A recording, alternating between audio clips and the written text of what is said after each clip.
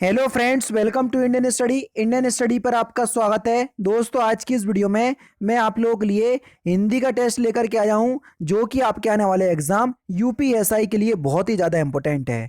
आप सभी लोग जानते हैं यूपीएसआई की वैकेंसी आपकी 1 अप्रैल से स्टार्ट हो जाएंगी फॉर्म अप्लाई करना।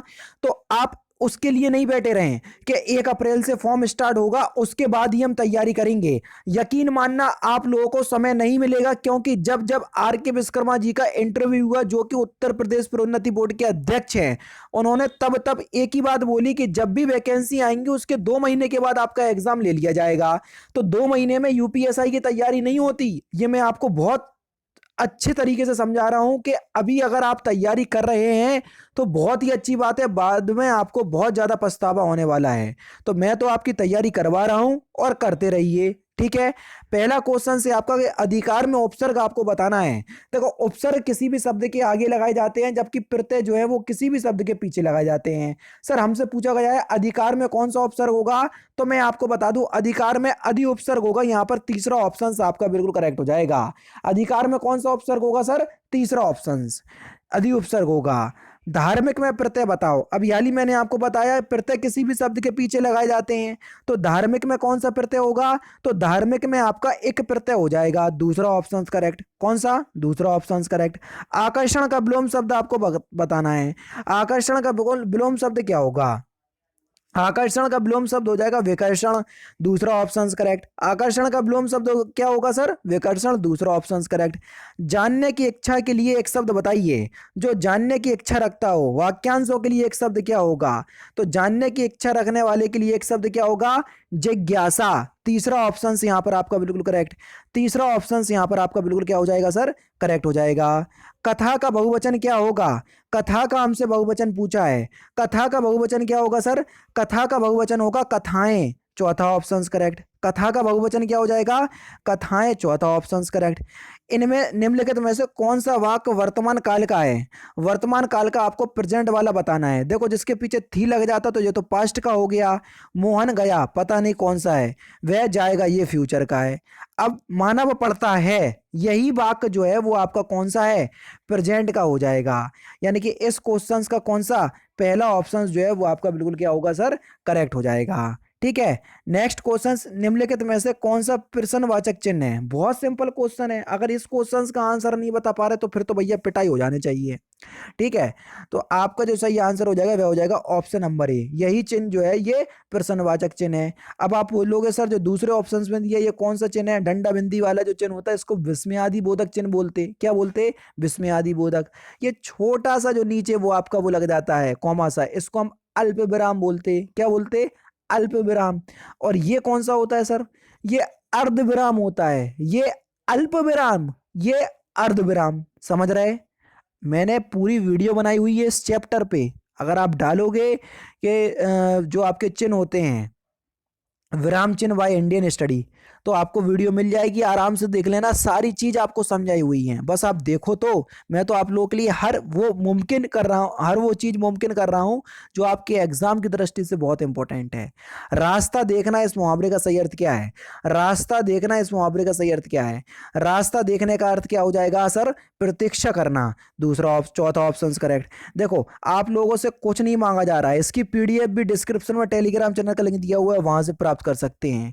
भाई यार, प्लीज आप लोगों से गुजारिश है कि 500 लाइक जरूर पहुंचाइएगा, क्योंकि अगर आप लाइक करोगे वीडियो को तभी जाके मुझे मोटिवेशन मिलेगा। आपका लाइक ही मुझे इतना मोटिवेट करता है कि मैं आगे चलकर और डेली बेसिस पे आपको सारी वीडियोस प्रोवाइड करवा रहा हूं। तो बस मोटिवेट करते रहिए और लाइक करते रहिए। नेक्स्ट क्वेश्चन से आपको कि एक हाथ से ताली नहीं बजती, इस लोकोक्ति का सही अर्थ क्या हो जाएगा? एक हाथ से ताली नहीं बजती, इस लोकोक्ति का सही अर्थ क्या हो जाएगा? झगड़े के लिए दोनों पक्ष जिम्मेदार होते हैं। तीसरा ऑप्शन यहाँ पर आपका बिल्कुल क्या हो जाएगा सर? करेक्ट हो जाएगा। निम्नलिखित में से कौन सा दंत वर्ण है? सबसे पहले जैसे ही हमने देख लिया कि कौन सी ध्वनियां दंत से बोली जाती हैं, तो हमको तावर्ग आया। तावर्ग में कितने व्यंजन होते हैं? ता था दा धा ना। तो यहाँ पर ऑप्शंस में कुछ भी नहीं दिया जो हम ता वर्ग से पहचान ले। फिर क्या होगा, फिर सर हम ऐसे पहचानेंगे जो दंत से बोले जाते हैं, जैसे ला हो गया, सा हो गया, ये भी आपके दंत ध्वनि कहलाते हैं। तो यहाँ पर आपका पहला ऑप्शन सर बिल्कुल क्या होगा, करेक्ट हो जाएगा। निम्नलिखित में से अनुनासिक वर्ण कौन सा है? अनुनासिक वर्ण वे वर्ण होते हैं जिनको नाक और मुंह दोनों से बोले जाते हैं, जैसे या, ये जो है ये एक अनुनासिक वर्ण है। ठीक है, इस तरीके से आपको बताना है, जल्दी बताओ। तो सही आंसर होएगा माँ। माँ जो है वो एक अनुनासिक वर्ण है, यानी कि इस क्वेश्चन का तीसरा ऑप्शन सर क्या होगा, करेक्ट होगा। महेंद्र का संधि विच्छेद क्या होगा? महेंद्र का आपको संधि विच्छेद करना है, जल्दी बताइए। महेंद्र का संधि विच्छेद क्या हो जाएगा? तो महेंद्र का संधि विच्छेद हो जाएगा आपका महा प्लस इंद्र। अब देखना यहाँ पर महा यानी कि यहाँ पर क्या आ गया, बड़ा, फिर उसके बाद क्या आ गया, इंद्र, इंद्र में आ गया ई। जब बड़ा आ और ई आती हैं तो ये मिलकर के क्या बन जाते हैं, ए। तो यहाँ पर आपका कौन सा हो जाएगा, तो वहां पर आपकी कौन सी संधि होती है, गुण स्वर संधि। ठीक है। राज दरबार में कौन सा समास है, जल्दी बताओ। अब देखो राज दरबार, अब देखो राज दरबार का आप समास विग्रह करो, राजा का दरबार, और जहां पर कारक चिन्हों का बोध हो जाता है वहां पर बस आंख बंद करो और तत्पुरुष समास लगा दो। अब आप बोलोगे सर यथा संभव में कौन सा समास है? 50 बार बता चुका हूं, आगे यथा दिख जाए, प्रा दिख जाए, प्रति दिख जाए, यावत दिख जाए, आंख बंद करो, अब यही भाव समास लगा दो। चौथा ऑप्शन करेक्ट। निम्नलिखित में से कौन सा शब्द विदेशी है, जल्दी बताओ। विदेशी, अब देखो मील, और इसको हम इंग्लिश में भी माइल बोलते हैं। ठीक है, तो यहाँ पर आपका दूसरा ऑप्शन जो है विदेशी है, विदेशी शब्द है। हिमालय किस प्रकार की संज्ञा है, जल्दी बताओ। हिमालय का नाम है ना, तो जातिवाचक संज्ञा हम लिख देते हैं, हिमालय की जगह सर पर्वत, ये व्यक्तिवाचक संज्ञा है, और अगर हम पर्वत लिख देते तो ये जातिवाचक संज्ञा में आ जाता। ठीक है, इस प्रकार से। प्रश्नवाचक सर्वनाम कौन सा है? प्रश्नवाचक सर्वनाम कौन सा है, जल्दी बताइए। तो आपका सही आंसर क्या हो जाएगा, कौन। यहाँ कौन आया है पता नहीं है, क्वेश्चन पूछा आपसे, प्रश्नवाचक सर्वनाम है। निम्नलिखित में से कौन सा संख्यावाचक विशेषण है, जल्दी बताओ। इनमें से कौन सा संख्यावाचक विशेषण है? कुछ, कुछ जो है ये संख्यावाचक विशेषण है, लेकिन अनिश्चित संख्यावाचक में चला जाएगा। पहला ऑप्शन करेक्ट। निम्नलिखित में से कौन सा हवा का पर्यायवाची नहीं है? वायु होगा, समीर होगा, पवन होगा, सलिल। अब बताओ सलिल होगा कि नहीं होगा? तो आपका सही आंसर क्या हो जाएगा, ऑप्शन नंबर डी, सलिल जो है ये आपका वायु का पर्यायवाची नहीं होगा। ठीक है, देखो जो जल का पर्यायवाची शब्द होगा सलिल। ठीक है। निम्नलिखित में से कौन सा शुद्ध शब्द है? शुद्ध शब्द आपको बताना है वर्तनी की दृष्टि से, जल्दी बताइए। तो आपका सही आंसर क्या होगा, ज्योत्सना, ये बिल्कुल ठीक है। अब देखो पुण्य तो आपका गलत लिखा हुआ है, पूर्ण इस प्रकार से लिखते हैं आप। ठीक है, उन्नति भी गलत लिखा हुआ है, क्षमा भी गलत लिखा। अशुद्ध शब्द आपको बताना है, कौन सा अशुद्ध यानी कि गलत है, जल्दी बताओ। क्वेश्चन नंबर 26, जल्दी बताइए कि आपका सही आंसर क्या होगा 26 का। तो आपका सही आंसर हो जाएगा पूज्य। पूज्य जो है ये एक अशुद्ध शब्द है, यानी कि इस क्वेश्चन का कौन सा दूसरा ऑप्शन आपका बिल्कुल क्या हो जाएगा, करेक्ट हो जाएगा। इसका शुद्ध रूप जो है वो गलत मात्रा दी हुई है, बस ये हो जाएगा और कुछ नहीं है। स्त्रीलिंग शब्द आपको बताना है 27 में कौन सा स्त्रीलिंग शब्द है? भाषा। भाषा शब्द जो है वो एक स्त्रीलिंग शब्द है। निम्नलिखित में से कौन सा वाक्य शुद्ध है 28, कौन सा वाक्य शुद्ध है?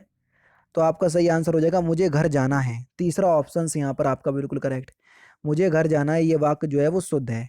आदेश का अंग्रेजी अनुवाद क्या होगा? आदेश को हम इंग्लिश में क्या बोलते हैं?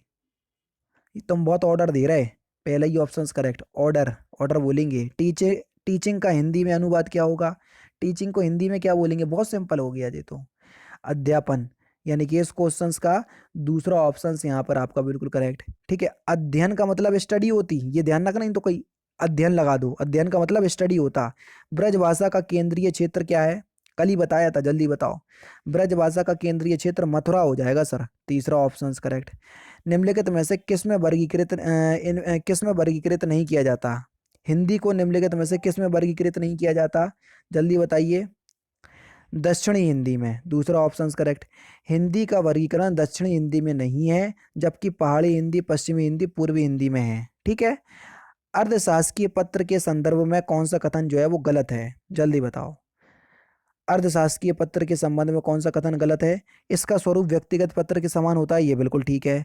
यह पत्र में लिखा जाता है, ये गलत है। औपचारिक शब्दों के आरंभ करने की आवश्यकता नहीं होती, ये बिल्कुल ठीक है। प्रायः समान स्तर के अधिकारी के साथ ऐसा पत्र व्यवहार होता है, ये बिल्कुल ठीक है। तो दूसरा ऑप्शन जो है वो गलत है। निम्नलिखित में से कौन सा वर्ण घोष है? सो घोष क्या होते हैं, अघोष क्या होते हैं, सघोष क्या होते हैं, ये सब कुछ पढ़ाया हुआ है, एक बार जा करके देखो।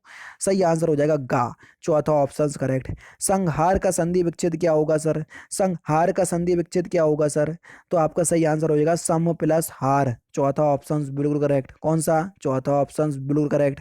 निम्नलिखित में से कौन सा शब्द तत्सम है? तत्सम शब्द आपको बताना है, क्वेश्चन नंबर 36।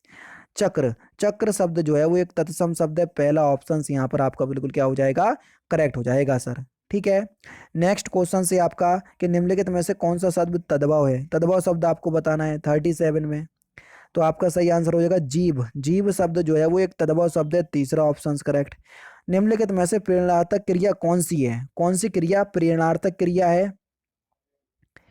तो आपका सही आंसर क्या हो जाएगा? प्रेरणार्थक क्रिया आपको बतानी है 38 में। तो देखो दिलाना, दिलाना जो है ये एक प्रेरणार्थक क्रिया है। अली और अली शब्द का शब्द को मुझे बताना है कौन सा सही है, जल्दी बताओ 39 का।